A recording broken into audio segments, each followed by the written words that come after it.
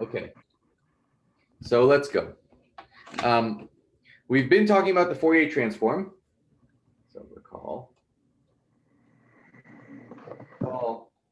the Fourier transform on the real line, integral over r f of x e to the minus 2 pi I x c dx. And you can think about this, you can imagine this is the inner product of f with e c, where this is continuous spectrum. Sorry? Did somebody say something? No, that was an accident. And the question is, so we want to understand properties about these two going back and forth. Let's do, so recall, and we had this theorem. We had this theorem that if f is in one of these FAs, FA means you're holomorphic from A to minus A. So you're holomorphic on this, and moderate decay x, uniform in all y less than a. Okay, so in other words, f of x plus iy is bounded by some constant over 1 plus x squared. Right? If f is in this class, then the Fourier transform we showed decays not only superpolynomially, in particular f is infinitely differentiable, so it decays superpolynomially, it actually decays like e to the minus 2 pi b times absolute value of c for all b less than a. Okay, does that ring a bell? Yeah. So so let's prove an easy sort of converse to this. So here's a theorem. Suppose f hat exists and satisfies this kind of bound, a constant e to the minus 2 pi a c. Then f is actually so suppose f is of moderate decay, but all I know about it is there's a real, I'm not assuming that it's in FA, is of moderate decay on R. Then f has an extension, has holomorphic extension to absolute value, or to imaginary part of z less than a. Okay, so there's a holomorphic function, i.e., if you like, i.e., there exists a g from this set imaginary part of z less than a, which is holomorphic, and g restricted to the real line is exactly this function. Okay? Does that make sense? So how can you prove such a thing? We're going to need to remember a couple of things. So first, let g sub r of z be defined as the integral from minus r to r f hat of c e to the 2 pi I z c dx. Okay, so the first question I have for you, so my claim is that this thing is holomorphic for any fixed r. So instead of integrating, this is the inverse Fourier transform, which should converge to f, and it should be how we define things. But at first, I want to know that this function is indeed holomorphic. So if you remember, this is going to be bringing back some cobwebs. So an aside theorem.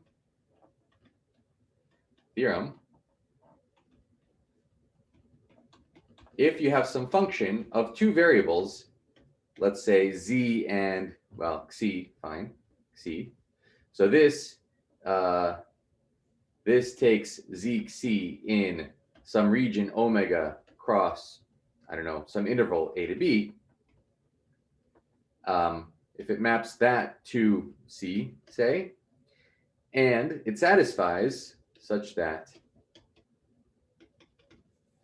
I want it to be for every fixed xi, I want it to be for all fixed xi, f of, in the z variable, is holomorphic as a map from omega to c. Okay, so every fixed z is holomorphic. Of course, I'm going to apply this to this function being big F of z xi, right? Xi is being integrated in an interval, and I have a function which, as far as xi is concerned, is a constant, and then I have this complex parameter z, e to the I z is a nice holomorphic function. For every fixed xi, this is holomorphic, and I want it to be jointly continuous in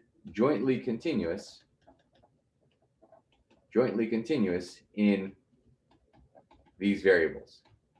Okay, you take a small patch of the image, the pre-image is a small patch around z and xi at the same time. Then the theorem is, then the function g of z obtained by integrating f of z xi d xi from a to b, it's a function on a to b, this as a map from omega to c is holomorphic. Okay? So if you have a function of two variables, z and xi, in z it's holomorphic, and in z and xi jointly it's continuous on this compact interval a to b, then when you integrate out the xi variable, what you get is still holomorphic. Okay, so integrals, compact integrals of holomorphic functions are holomorphic. To prove this, let me remind you, so recall Morera's theorem. Morera was the converse to Gersat. Converse. We're doing a bit of review. It's been a little while since we talked about these things. Converse Gersat. Gersat was that if you have a holomorphic function, f holomorphic, then you integrate over a triangle, or the boundary of a triangle of f is 0, right? There was that zooming in argument. And Morera, which is the converse to Gersat, says for all triangles in your region, contained in your region, the integral over the boundary of the triangle of f is 0, and f is continuous, that's all you need to show that f is actually holomorphic. And if you remember the proof, the fact that the boundary over a triangle is 0 means in that region you can give a well-defined primitive by integrating the function. And this is, of course, a simply connected. This is simply connected. They have a simply connected region. F is continuous, so there's no problem defining a primitive. And if it has a primitive, well, the primitive is holomorphic, and the primitive, being analytic, is twice differentiable. So your original function was differentiable. There's this funny thing. I'm just reminding you how this proof went. This funny thing where you go from the function, you integrate it to get a primitive. All you know about it is continuous. It's not even once differentiable. But the integral over every triangle is 0. That's a special thing. And it turns out that forces holomorphicity. Okay, I'm just reminding you of this argument. We had used this argument to show that if you have a sequence of holomorphic functions, these are holomorphic, and they converge to a function f uniformly on compacta. So for every, it might not be uniform on the entire open domain, but on any compact subset of that domain, if you have a sequence that converges uniformly on compacta and is holomorphic, then the limiting function is itself holomorphic. Okay, so these are three things that we want to remember. We want to remember this. I mean, this is just good review in general. We want to remember this. We want to remember this.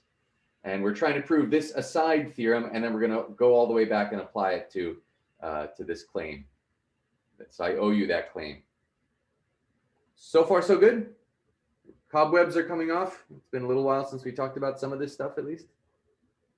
Okay.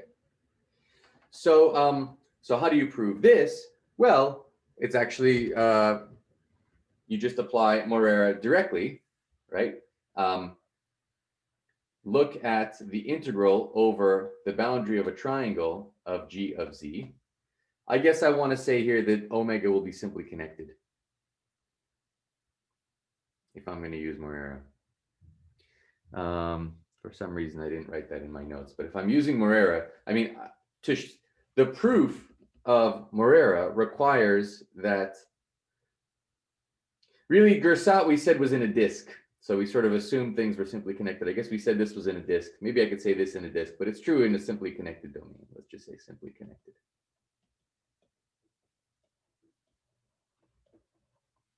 Okay, so so we have a triangle. So take a triangle inside our simply connected region, and you integrate over the triangle of G of Z.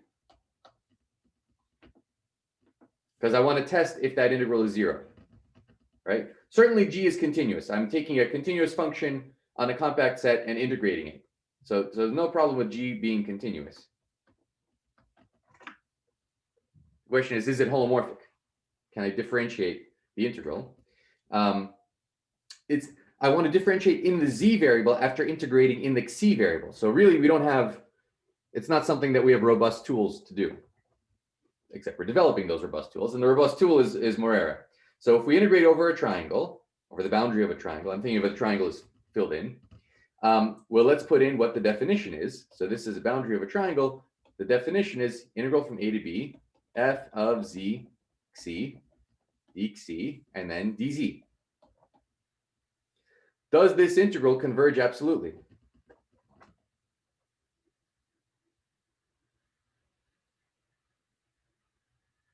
You have a continuous function. The boundary of a triangle is a compact set. The integral from A to B is a compact set. So this converges absolutely. This converges if I replace f by the absolute value of f. So I can apply Fabini-Tonelli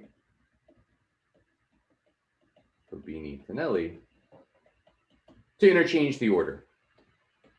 A to B, boundary of T, f of Z Xi dZ, dXi. But now what?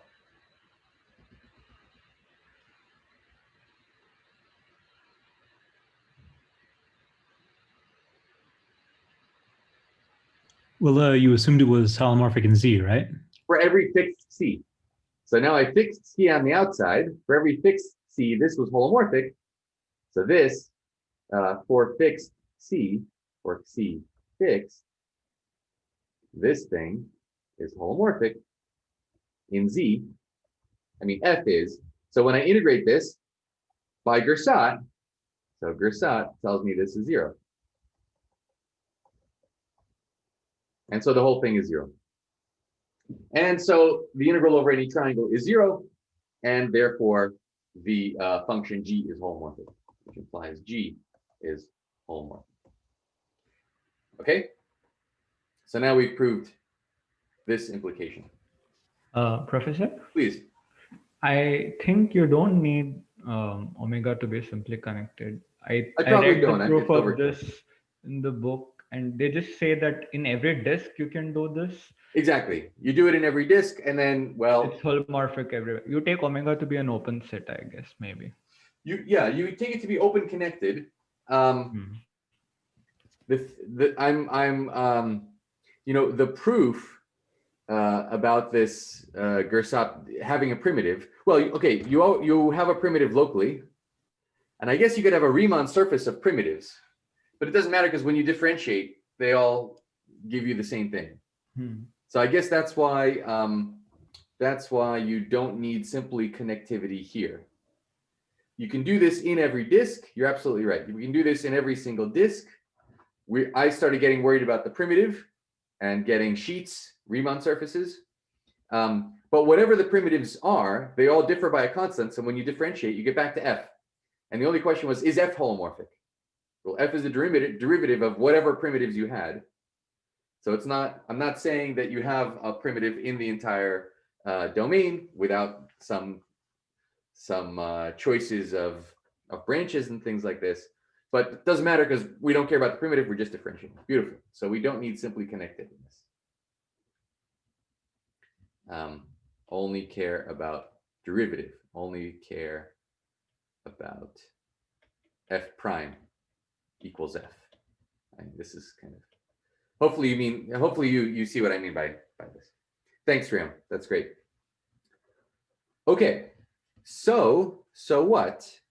So if you integrate a nice holomorphic function that's continuous in both variables over a compact interval, then you will get something holomorphic. Okay, so these things are holomorphic. Let me rewrite that down here. What we've shown with all of this is that g sub r of z, which we defined to be functions like this, f hat of xi e to the inverse Fourier transform has a plus 2 pi, I can't write, 2 pi I z xi xi is indeed holomorphic. And what do we know about this G? Holomorphic where?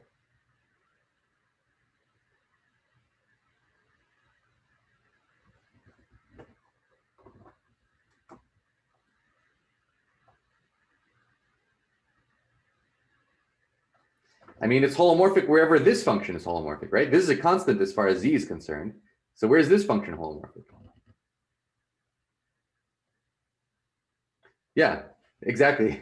That's the right answer. Everywhere. Yeah, it's actually entire, holomorphic on the entire domain. But in the limit, that's where we have to be careful. So when we take limits as r goes to infinity, we need to ensure that the resulting function will indeed be holomorphic. And that we can only do in a limited domain. Okay, so now fix b less than a. Remember we had this condition f hat of xi is in absolute value bounded by a constant e to the 2 pi a xi. So we have this exponential, decay. We have exponential decay in the xi variable. So if we fix some b and assume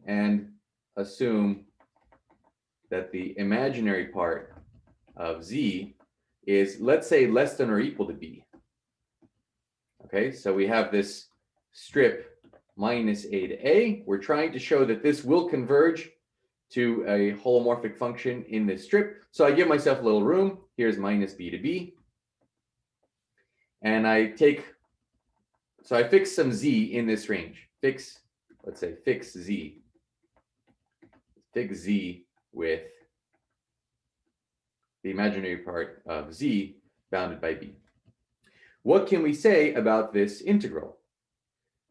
Then g r of z is bounded by, well, I have an integral from minus r to r. F hat of xi, I'm going to bound by this, some constant, e to the minus 2 pi a xi. And what about here? I have so I have the absolute value of e to the 2 pi I z xi, z xi, d xi. Now, what's the largest? If z has imaginary part b, then this could be like ib, right? The x part actually doesn't matter at all because that has absolute value 1. This can be as large as ib, so this could be as large as e to the 2 pi b xi. And the whole point is that a is bigger than b. So I have this decay has more decay. This has more decay than this has growth. So in fact, this g of z is just bounded. right? I'm integrating, well, not only is it bounded, I'm integrating e to the, so this whole thing after a constant is e to the minus 2 pi c times a minus b. And so when I integrate that from minus r to r, well, I get something, I get some constant. Okay. What I really want to do is let's look at gr of z minus g of z being the limit. So g of z is integral from minus infinity to infinity, f hat of c e to the plus 2 pi I z c. Okay? So you take this limiting function. It's perfectly well defined because c has this decay. In fact, it's perfectly well defined. What we just saw is that it is integrable all the way out to, let's say, minus b to b. So in this slightly smaller strip, this is perfectly well defined. Well defined. And now I want to know, what can I say about this bound? Well, this bound is bounded by, let's say, from r to infinity, right? It's the tail. We're bounding the tail. And the tail has exactly the same bounds. The tail has the bound e to the minus 2 pi c a minus b, c. And of course, this is bounded by some constants that I don't care about, e to the minus 2 pi r a minus b. We're integrating from r to infinity, and minus r to minus infinity, but that gives the same contribution. Okay, there's a constant here too. So this, of course, goes to 0. And it goes to 0. What's the dependence on the location of z? Wherever z was in this strip. How much does this depend on z?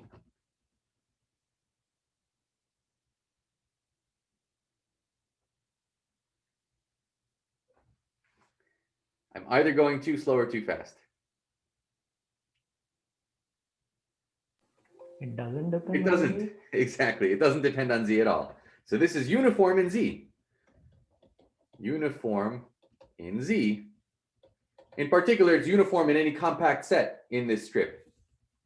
So g r z goes to g of z uniformly on compacta. On any compact set that's contained inside imaginary part of z less than b. Therefore, g of z is itself, yeah, okay, everybody sees, holomorphic on imaginary part of z less than or equal to b, and that's true for all b less than a, so g of z is holomorphic on imaginary part of z less than. Okay, so again, what we've seen is that if a function has, if a Fourier transform has exponential decay, then the function that it came from, this f of x that was used to, whose transform this is itself a function that's holomorphic in a strip and not just on the real line, has holomorphic extension. Does that make sense? So we showed that GRZ converges to GZ uniformly in the entire strip. We didn't really use the compactness, right? That's right. So we showed that it's uniform on the entire strip, which means on any compact subset of the strip, it's also uniform. So it's uniform on the entire strip. Okay.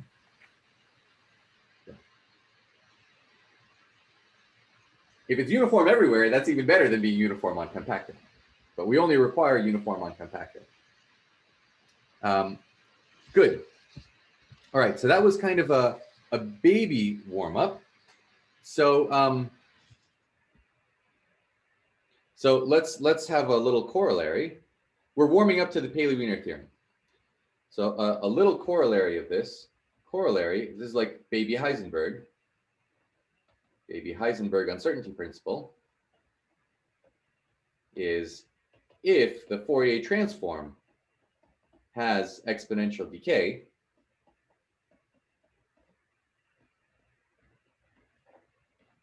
and f has compact support, and the function that you took has compact support,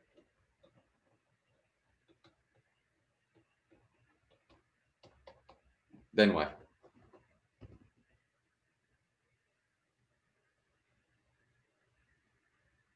Can you have localization both in f and in the Fourier transform? Can the function be compactly supported and the Fourier transform have exponential decay? Not unless it's the zero function. Yeah, exactly. So why?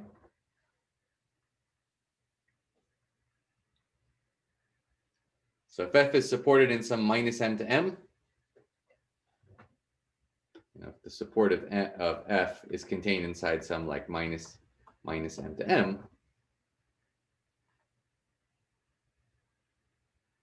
what's the punchline? Other than Sriram. Okay, I see Sriram gets it. Can I pick on?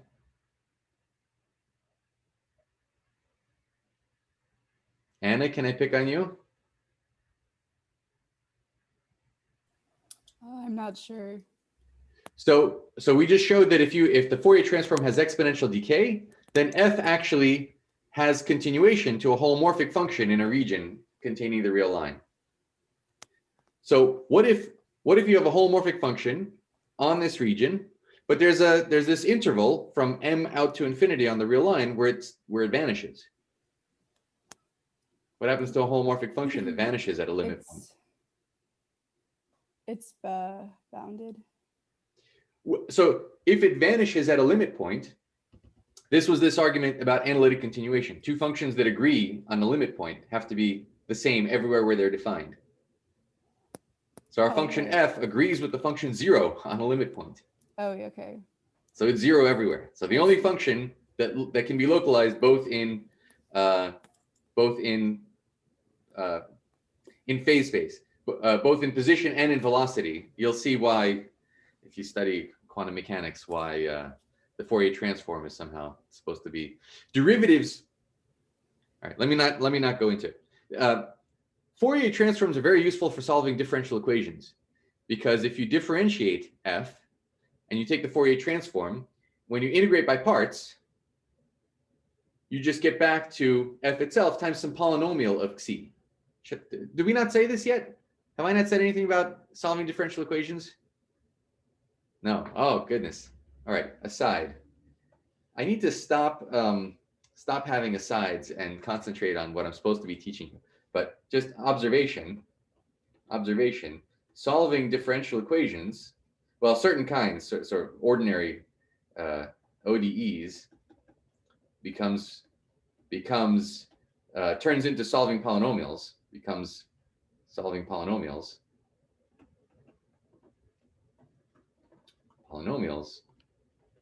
under Fourier transform.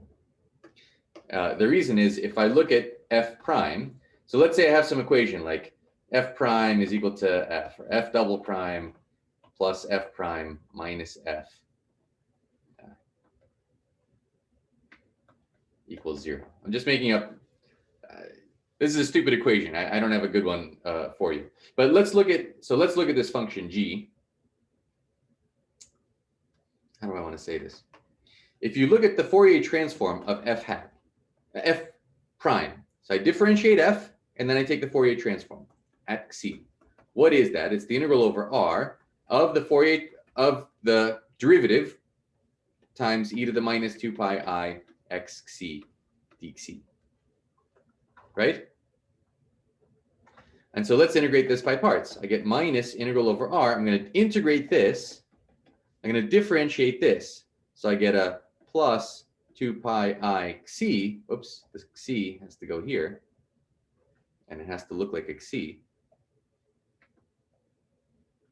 E to the minus 2 pi I x xi d.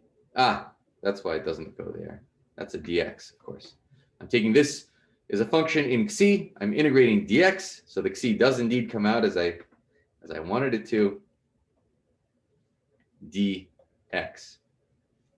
So the point is, this is kind of sloppy. you can see what I'm doing, right? The point is the Fourier transform of Xi is just Xi times the original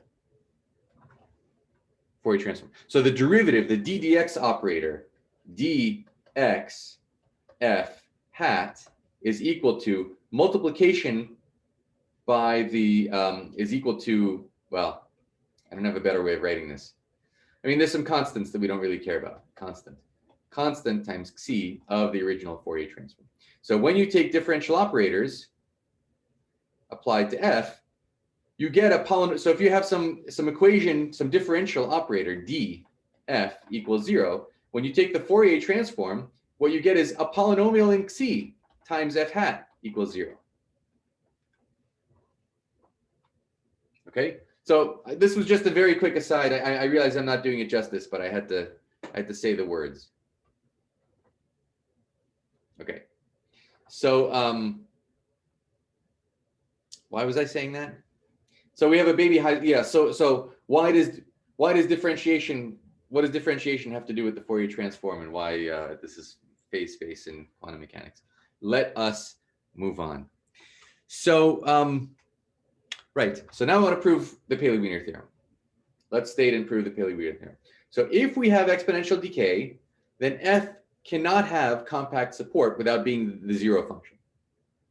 So the Payley-Weiner theorem is a sort of very heavy, very precise version of this. So theorem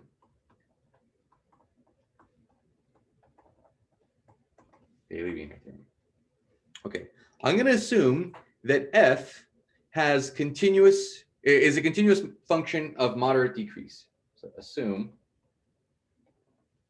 f is continuous on R and of moderate decrease. So again, all that means for us is it decreases like 1 over x squared out at infinity. I don't care what it does in the bulk. Then the following two things are equivalent. Then, how shall I say this? The support of its Fourier transform is compact. Okay, so we have to be careful now. We're taking the Fourier transform and we're getting something that's compact. This happens if and only if f is entire. F is actually a holomorphic function on the entire complex plane, and f grows at worst exponentially, 2 pi m z. So this is not saying anything about decay. This is saying the growth of f in the entire complex plane is at worst exponential. Does that make sense? So in other words, f has extension to an entire function. F is extendable to an entire function that grows at worst exponentially. Does that make sense? So we have moderate decay, so there's no problem defining the Fourier transform. And one direction is very easy. If the Fourier, so one direction is very easy. If the Fourier transform is compactly supported, then it'll be easy to show that f is entire and has this bound. But look at what we're saying. If you have an entire function that grows at most exponentially, that forces its Fourier transform to vanish outside of minus mn. That's a much more, a much meatier statement. Are these m's the same? The same m. Same m. So, yeah, same m. Of course, if this function really grows at rate 2 pi m minus 1 z at worst, and you're giving me the softer bound 2 pi m z, well, then its Fourier transform was actually supported in minus m plus 1 to m minus 1. So it's the same m. Same m on both sides. Okay, so proof in one direction, proof in the forward direction is easy if the support of f hat is in minus mm. Then we do what we did before. G of z, let G of z be the integral from minus mm of f hat of xi e to the 2 pi I z xi. Each of these is whole, so this integral is holomorphic and entire. And there's no limit to take. Before we had to take this, we truncated the integral to minus RR, and then took the limit as R goes to infinity. But here, f hat is already supported in minus mm. So it's the same as taking, there's no limit. So this is equal to f of, so on x, let's see. And G restricted to R is equal to f, because this is also equal to the integral from minus infinity to infinity, because f has compact support. Okay, and what bounds can we say for G? So G is the extension. And what bounds can we prove for G? Trivially, we can prove the bound, I mean, we put it right here, that, well, let's do it. And bounds for Z, so bounds for, let's just say Z.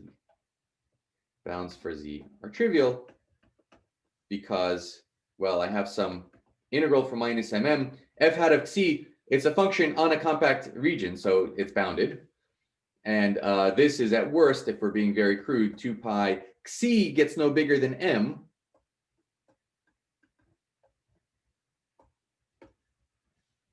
So that's the, at worst, exponential growth. Does that make sense? All right. The other direction is going to take some work. And I keep missing the part where I say, I'm going to give you a break. So maybe let me give you a break for 5 minutes right now. Sound good? Okay. So again, we're proving the converse, the other direction, the important half of the Payley-Weiner theorem. So proving this direction, we have that f is entire. So it's holomorphic on the entire complex plane. We have that it grows no faster than e to the 2 pi, m is already a positive constant, times the absolute value of z. And we claim that this forces, if you have an entire function which grows at most this quickly, then you will not see any modes, any Fourier modes. So for all xi greater than m, f hat of xi is 0. Okay, that's the claim.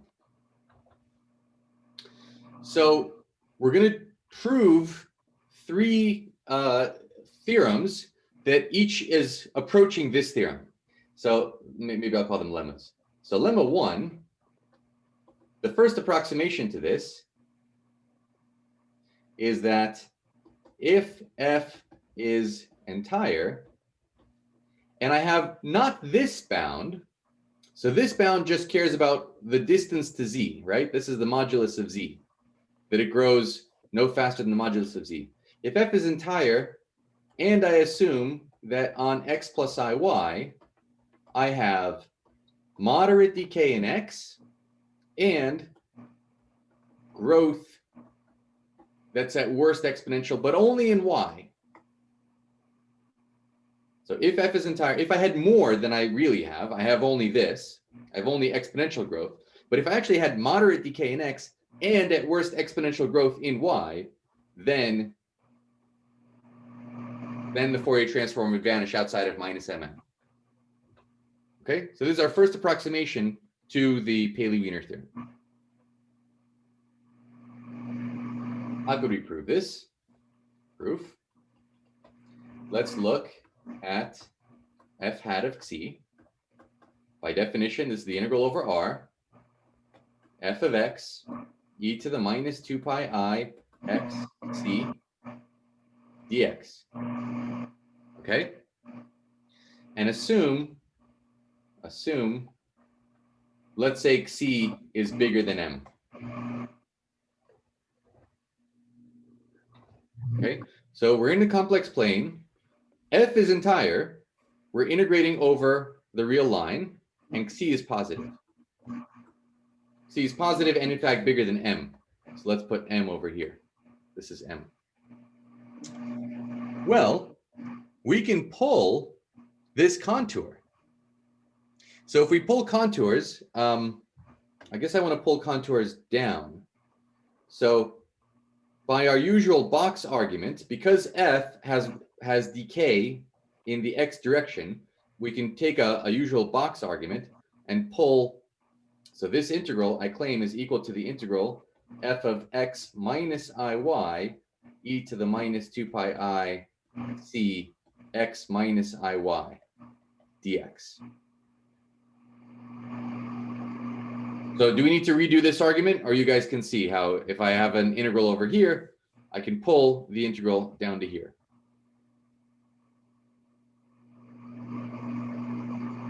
Yeah? Or should we redo it?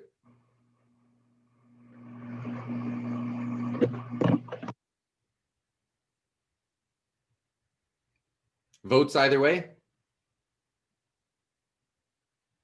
Silence. What's the mechanism? What's the mechanism? The mechanism is this. No, I mean the voting mechanism. Oh, the voting mechanism. Thumbs up, thumbs down. You want to? You're okay. You don't need this argument, or no? Let's do the argument. Okay, a bunch of thumbs up. Good. So we're happy with this contour shift. So we'll shift down to some distance y, and now let's estimate. Again, this is entire. Let's estimate this. So let's estimate this. This is f hat of c is less than absolute values in here. What do we know about this? Well, we assumed we have this extra decay. So this is bounded by a constant. All right, let's bound the whole thing. Let's bound the whole thing. Integral over the real line. This is bounded by a constant. We have this extra decay, e to the 2 pi m y over 1 plus x squared. How about here? Let's see, the real part is dead, and I have minus 2 pi cy. So it looks like I have e to the 2 pi cy with a plus sign here. Is that right?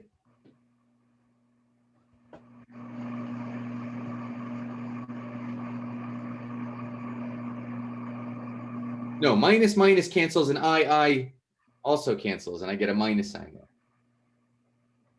Okay, that looks better. C is positive, y is positive, and this is an integral dx. The integral dx, there's only one thing here with dx, which is this 1 over x squared, this extra little room we gave ourselves, the decay in the x direction. That means this integral is constant. So the integral is constant. So we have some other constant, and then we have e to the 2 pi y times m minus c.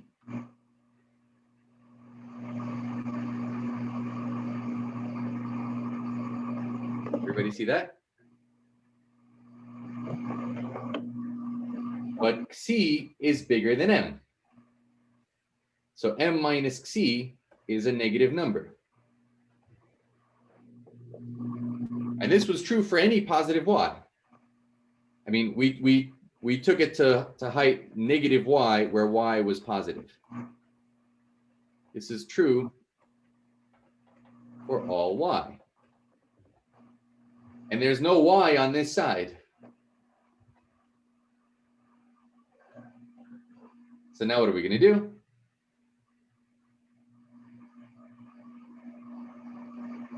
Other than Sriram? Thomas? What do you mean by now? Oh, we're trying to show that c hat is 0. If f hat of c is 0, if c is bigger than m or less than negative m. So let's take the case that it's bigger than m. We pull the contour down, and to some height y, or negative y, where y is positive, and we get a decay. We get a bound, an upper bound for xi. Is that a xi hat? Oh, Jesus Christ! I got very little sleep last night, apparently. Well, not apparently. I did get very little sleep last night, but apparently it's affecting. But nobody's complaining. I have xi hat of xi, and everybody's just letting me get away with it. Maybe you had I little was confused, I admit. Okay. But I just figured it was probably supposed to be an F and moved on. All right. I thought the F looked enough like a C that I couldn't tell the difference. My F's for my C's. That's how bad this is. Okay. One more time. F hat of Xi. How many times did I point to it and say Xi and say, no, I mean F, but of course I was reading the Xi that was on the page. I don't think any. What's that? I think 0. 0? Oh, okay. 0 times. We'll review the video. Okay, so we have this F hat of Xi is bounded by e to the 2 pi I y, that's true for any y, any positive y, times this constant in the exponent m minus Xi, and we assume that Xi is bigger than m, so this constant is negative. So are we allowed to just take y to infinity? Yes, Okay. exactly. So now as y goes to infinity, this thing goes to, yep, perfect. That thing goes to this. And this was not a function of y. But this side is independent of y. We're getting very familiar with this kind of argument, right? You pull a contour, the one side didn't depend on what the contour was. That's the beauty of pulling contours. On the other hand, you're entire, so you can pull y wherever you want. And if Xi is bigger than m, that's it, we're done. Okay, and same, so similar for Xi less than negative m, where we pull instead of x plus iy, instead of x minus iy, we pull up to plus iy, and we get the same argument. Okay. Sorry, so why did we, oh, there's no x in there, is there? That's There's why no we x use the in 1 there. over 1 plus x squared. Right. Okay. And if we didn't have this 1 plus x squared, we would have an infinite integral at this point. And we wouldn't be able to conclude any of this. And if we had a bound that included x's in it instead of just y's, we would have an exponential growth against the polynomial decay. We would not be able to integrate an x. So we've done two technical things. We've dropped a potential exponential growth in the x direction down to no exponential growth in the x direction. In fact, polynomial decay in the x direction, so that we can execute this contour pulling argument. Does that make sense? And now we want to whittle away at it by proving lemma 2. So let me state lemma 2. Lemma 2, if f is entire, and now I'm going to drop my decay here, and f of x plus iy is bounded by a constant e to the 2 pi m y. Then absolute value of Xi bigger than m implies f hat of Xi is 0. Okay, so again, we have this compact support of the Fourier transform with the same m as here, but now I'm not assuming that I have this integral. Okay, so I don't have this denominator. I have everything but the denominator.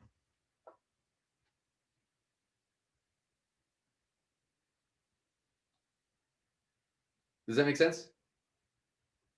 So what are we going to do if we don't have this denominator? So here's a trick. There's a trick for everything. So here's a trick. Proof. Consider the following function. So you fix epsilon positive, and you consider the function f epsilon of x given by the original holomorphic function, entire function, divided by 1, let's put a plus I epsilon z squared.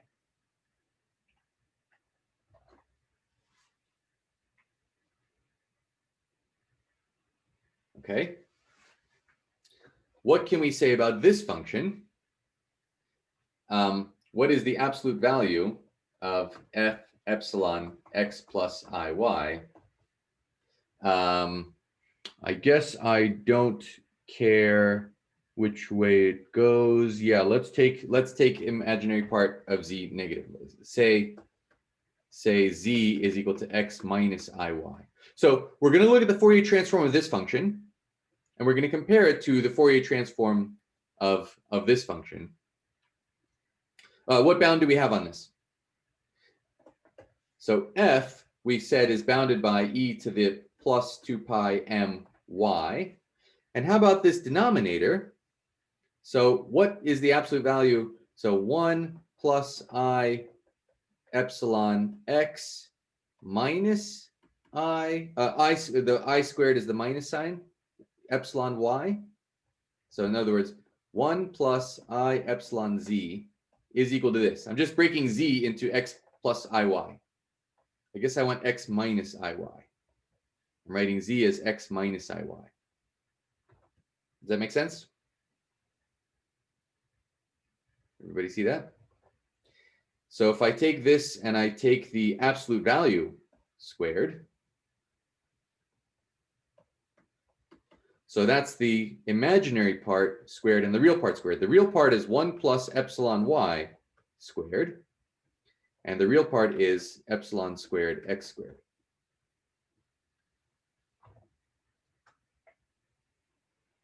Okay?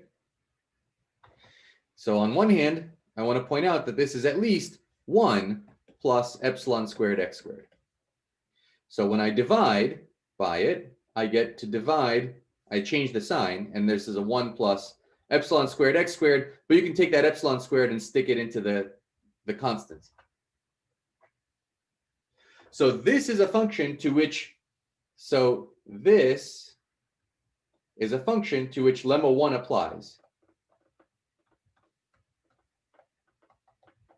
Or at least the technique of lemma 1 applies in this range.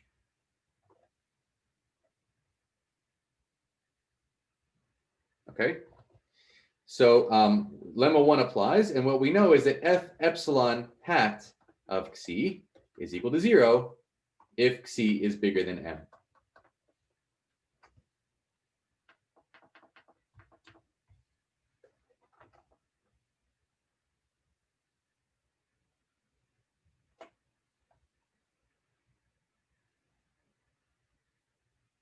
Okay.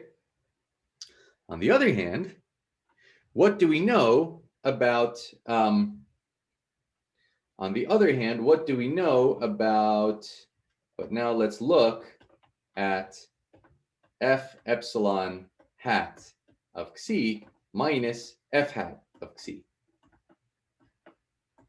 So this difference, I mean, f epsilon hat xi, that's the integral over r, f of x, and then divided by 1 plus I epsilon x squared times e to the minus 2 pi I x c dx. And this, the Fourier transform of this thing is just f of x times 1. And I'm subtracting that off. So let me pull this f of x outside. Okay, does this make sense? I'm just looking at the difference and I'm taking absolute values. So that's bounded by these absolute values. Can't do that. Well, let's put it here and then here. Okay. Now, what can we say? So f of x was assumed to have moderate decrease. F of x, so let's put another absolute value here. F of x, if you remember from the very beginning, we didn't know that we have moderate decrease at every height y. Let's try it like this. From the very beginning, we assumed that f has moderate decrease on r. We don't know that it has any moderate decrease on anything other than r. but on R, it has moderate decrease. Okay? So on R, it has moderate decrease. Let me make that explicit here. And F restricted to R has moderate decrease. Okay? In lemma 1, we made the extra assumption that we had moderate decrease at every height y, not just at y equals 0. But we're always assuming that it has moderate decrease at y equals 0. Okay? Does that make sense? Okay. So, so this thing is perfectly integrable. Now, what about this difference? Can this difference blow up or something? Well, this thing is always at least 1. So 1 over it is always at most 1. Anyway, either way, this thing is bounded. This thing is bounded. This thing is bounded by 1 over 1 plus x squared times some constant. This has absolute value 1. So the whole thing is bounded independently of xi. So this is bounded by a constant independently of xi.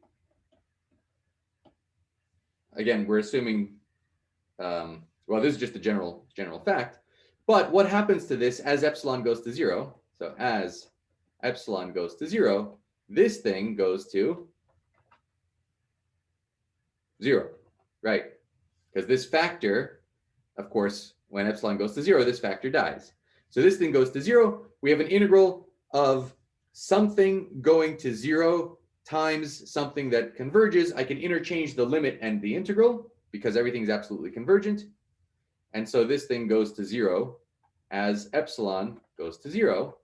But if xi is bigger than m, then all of these are 0 for all epsilon, for all xi bigger than m, and for all epsilon.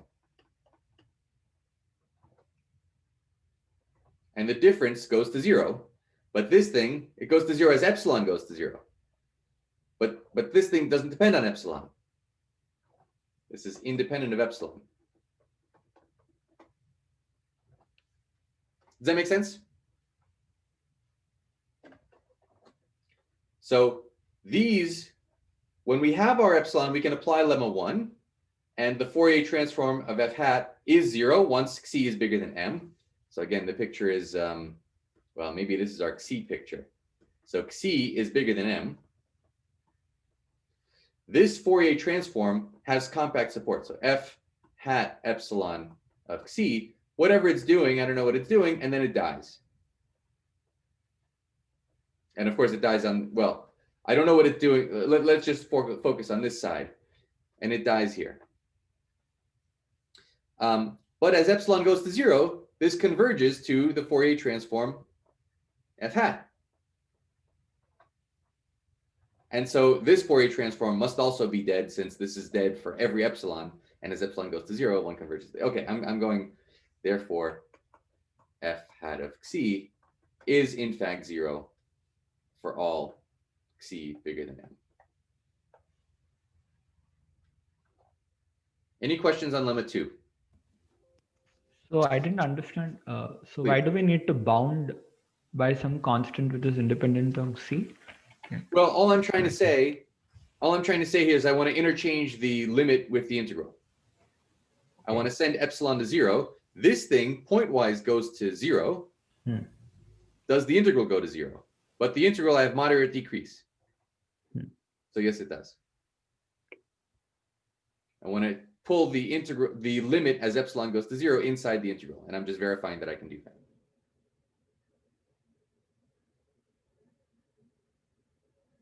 So far, so good? All right. And the third part, the third lemma, so this is really a theorem, Phragmen-Lindelof. This is a special case of Phragmen-Lindelof. Well, it's a version of Phragmen-Lindelof theorem, is that f is entire and f of z is less than a constant e to the 2 pi m absolute value of z. implies f of z is actually less than e to the 2 pi m y. So that's the last bit of information we need.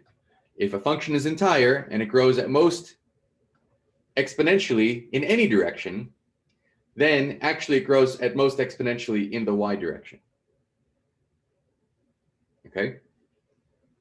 How do I want to say this?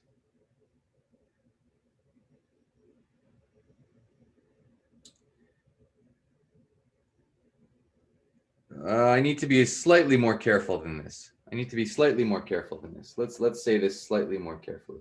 But you see this, an argument like this would tell us that then we can apply lemma 2 to our original assumption about f. Right? This is the main new idea. Let's fix this a little bit. Let's fix this just a little bit. You'll see in the proof that we're going to want something slightly. Let me just state it precisely instead of trying to fix all the things. These constants are going to get in the way. So let me make some simplifying assumptions. Okay. So here's what I want to say. Assume f of x is at most 1. In other words, f restricted to r is at most 1. Okay, so on the real line, it's bounded by 1. And in general, everywhere else, it's entire. And everywhere else I have, not just with some constant, but with a constant 1, e to the 2 pi m z. Okay, for all z. And for all z in C, I have this bound. Then I get the bound that I claimed before, f of x plus iy is bounded by e to the 2 pi m y. So I want to kill these. What I had before was with constants, and I didn't make this extra assumption. So you take your original function, it has some growth rate with some constant here, and it has some, because it has moderate decay, it has some maximal value. So I want to divide by those constants to get to this situation. And this is the situation where we're going to apply Phragmen-Lindelof. Does that make sense? All right.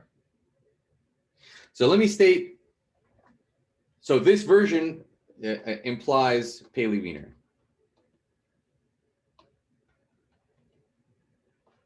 Because we assumed exponential decay, we assumed at worst exponential growth in the norm. Using some rescaling, we get exponential decay just in the y part. Using lemma 2, we get exponential decay and a little bit of moderate decay in all the other parts, and then we apply lemma 1. Okay, so hopefully this is a tricky argument. So hopefully you guys are following along. All right, we're going to prove a slightly rotated version of this Phragmen-Lindelof principle. So version 2, theorem version 2, where things come out slightly nicer, and then we'll circle back to the other one. So let's say we have a function. Suppose we have a function f, which is holomorphic inside the sector S. So this is the sector where the argument of z is less than, let's say, pi over 4. So S, the argument being at most pi over 4, at least pi over 4, this is S, and is continuous on the boundary. So I wanted to extend continuously to the boundary.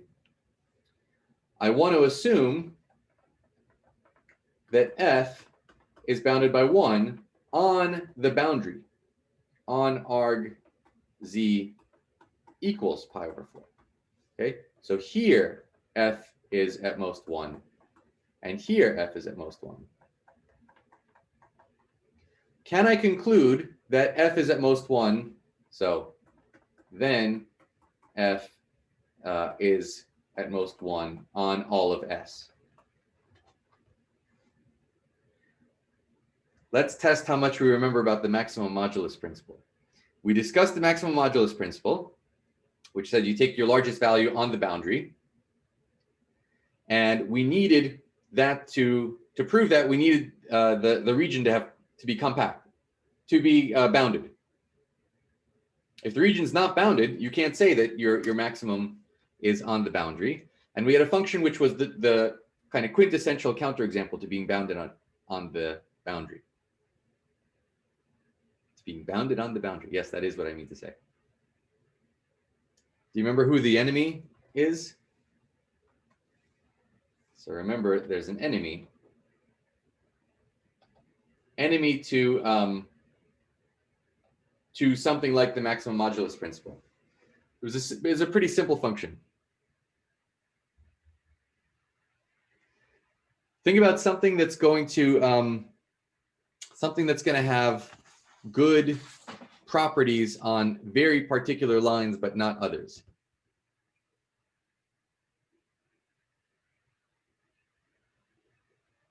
Anybody remember?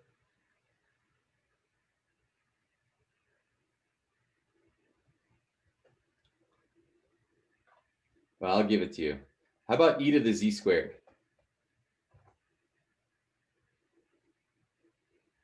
Okay. If z is equal to plus or minus I times t, then when I square this, then z squared is equal to minus t squared. And so the function, let's call this our enemy function, f of z.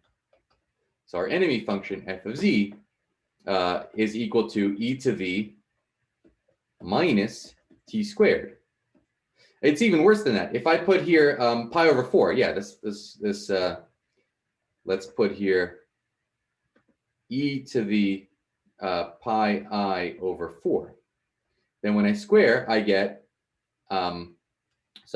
if the argument is pi I over 4 up or down, when I square this, I get I up or down, plus or minus I times t squared.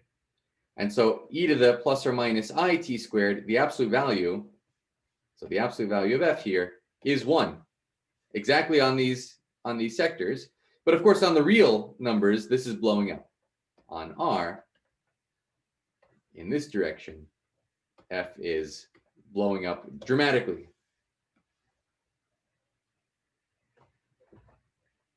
Okay? So we need an extra assumption. It's not, we will not get that we're bounded by 1 on the interior from being bounded by 1 on the boundary unless we add an extra assumption. And here's the extra assumption. And this is crucial. Assume that f of z has at most some growth in the m direction. In z has at worst is at worst of order 1. So it grows like e to the absolute value of z, not e to the absolute value of z squared.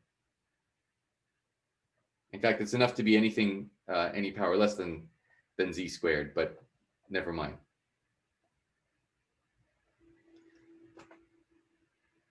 Okay, so one more time, what we're trying to prove, and then we'll come back to the other version. The other version will follow from this version just by rotating this sector. You'll see in a second. So here's the theorem. We have a holomorphic function on this sector S.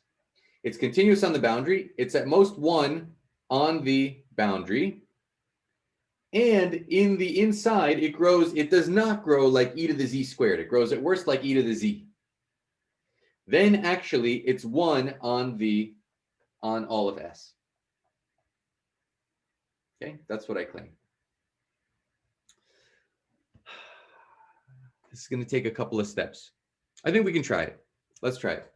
Okay, so the idea is to kill the, so proof. The idea is to kill the enemy. Kill the enemy. So what we're going to do is look at set f epsilon of z to be the original f of z times e to the minus epsilon z squared. Well, I don't want to put a z squared here because z squared is the enemy. So I'll put a z to some smaller power. Let's say 3/2. 3/2 will be enough. So what I mean by this, of course, is I'm taking a principal branch. So I'm taking a branch of the logarithm over there, principal branch.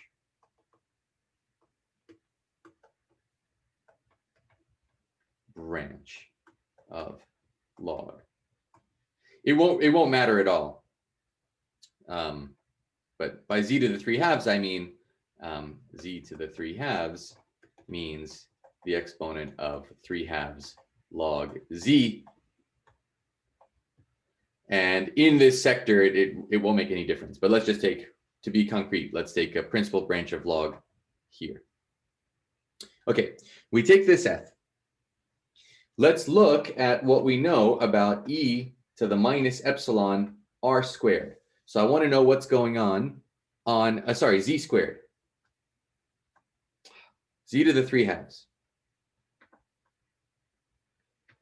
Z to the 3/2. This factor that we've added on, what does it do for us? What can we say about it? Well, this is equal to e to the minus epsilon r to the 3/2. So let's write z as r e to the I theta. Just writing it in polar coordinates.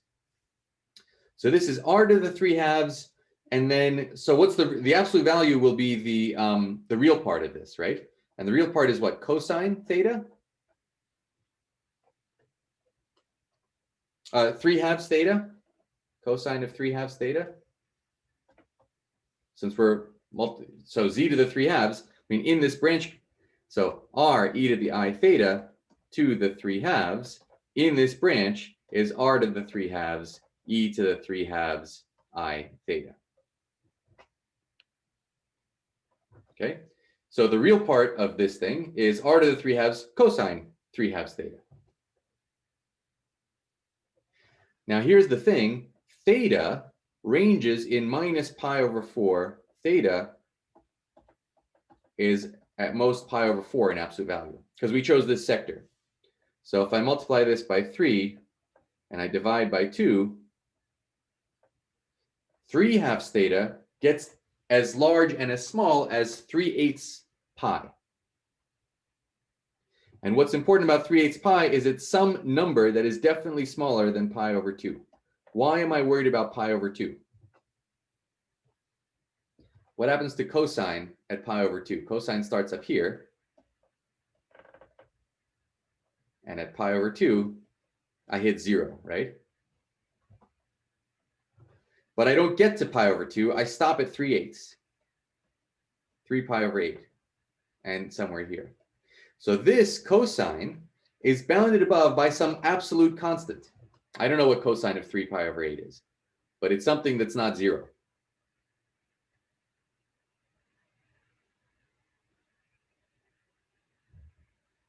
Does that make sense? So what does that mean? This is just some constant times e to the minus epsilon r to the 3/2. So what do we know about f epsilon r in absolute value? It's bounded by f of z was assumed to have at worst linear exponential growth, e to the 2 pi m z. And now what we see is that this extra factor that we've multiplied has a growth rate. So this is absolute value of z to the 3/2 times some constant, times 0.001 at worst. And what happens to this function as z gets large?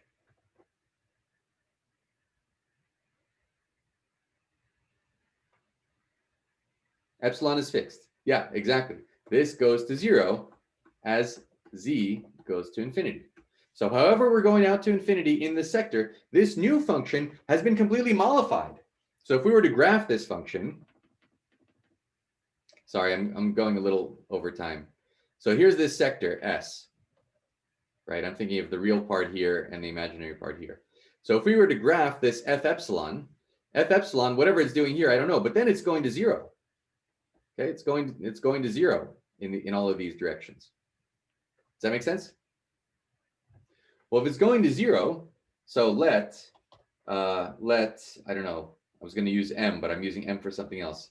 S is something else. I want a soup. Max. That's still an M. Give me a letter. L. L be the supremum of F epsilon Z in S bar.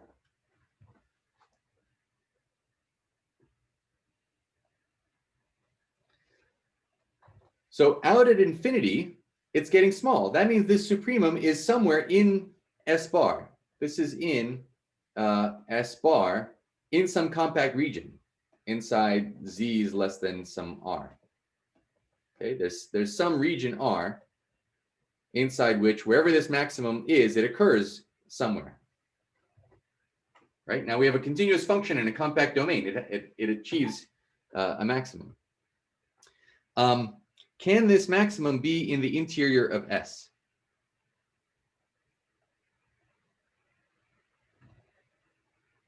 So there exists a Z in S bar such that F epsilon of Z in absolute value is equal to L. Can this happen? Can Z be in S itself? No. Why not? Maximum modulus. Maximum modulus. Open mapping theorem. Yep, maximum modulus. So no maximum modulus. So this is what I mean by this is a maximum modulus type theorem for unbounded domains. That's what Phragmen-Lindelof is. Maximum modulus on unbounded domains. Maximum modulus. Therefore, Z is in the boundary.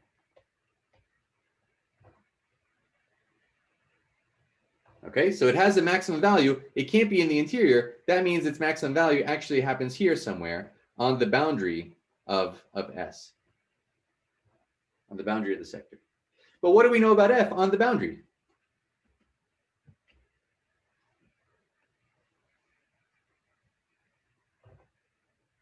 It's bounded by 1 on the boundary. But that implies F epsilon of Z is bounded by 1, but it's also equal to L. And L was the largest value.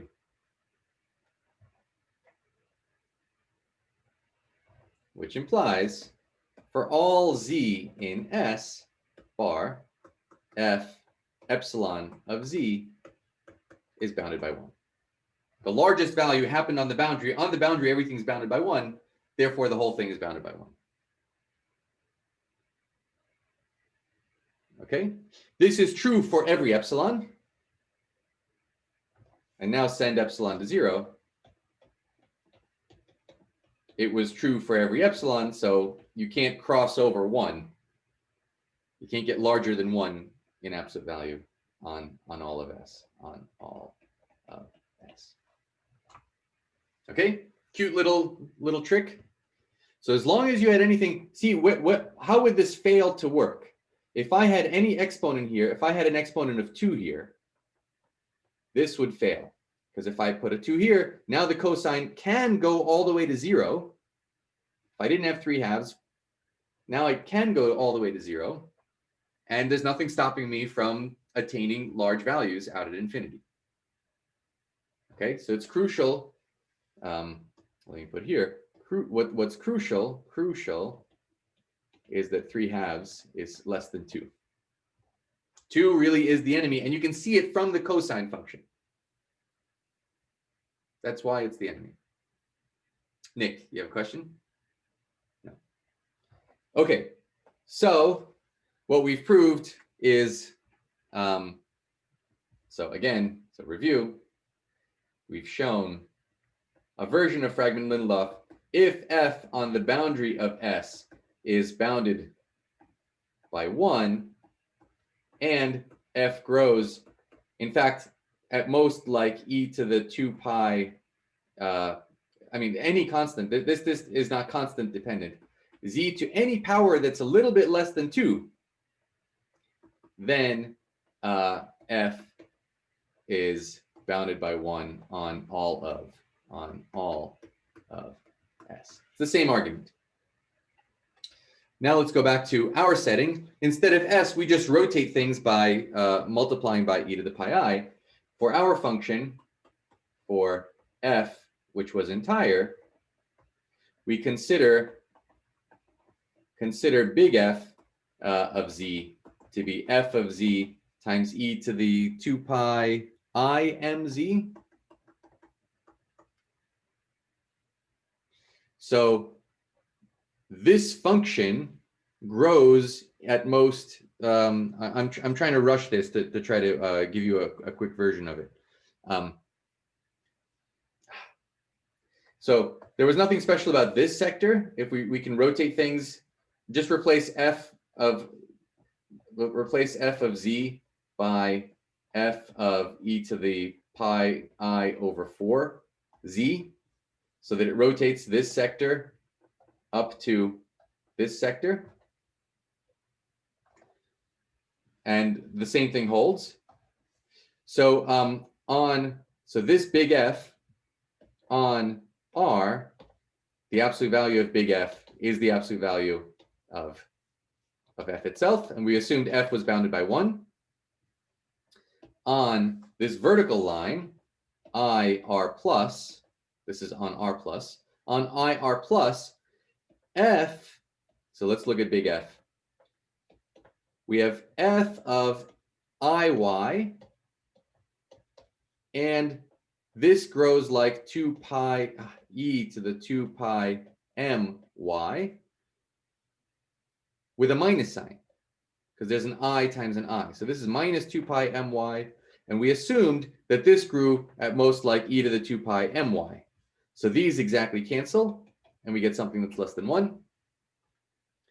So this big F is less than 1 here, less than 1 here. That means it's less than 1 in the entire sector. So big F is less than 1 in this first quadrant, which implies that little f, but big F in absolute value is little f of z times e to the 2 pi I mz, e to the 2 pi I mz. But the absolute value of e to the 2 pi I mz, so f times e to the absolute value of e to the 2 pi I mz in this quadrant is e to the minus 2 pi my, and that is at most 1, which means f of x plus iy is at most e to the 2 pi my. And then you do the same thing in this quadrant. Okay, so I'm sorry I went a little over, but this is how you get from exponential growth in z. Let me just make so again, recap. We assumed that we have at worst, the constants you can get rid of just by scaling, that we have at worst growth that's in z. From there, using this Phragmen-Lindelof principle, we got growth only in y, and then adding that 1 over 1 plus iz squared, we got the decay in x, and we put all that together to prove Phragmen-Lindelof. You All mean right. Payley-Weiner? Sorry? You mean to prove Payley-Weiner? Like at the end. To prove Phragmen-Lindelof, to prove Payley-Weiner. Thank you. All right. I realize that was a little fast. We'll review it. Maybe we'll review it a little bit on our own. Maybe we'll review it a little bit next time. Quickly, there's really not much more to say. We've done the entire proof. I had in mind to start next time the working towards the rebound mapping theorem. So let's do that.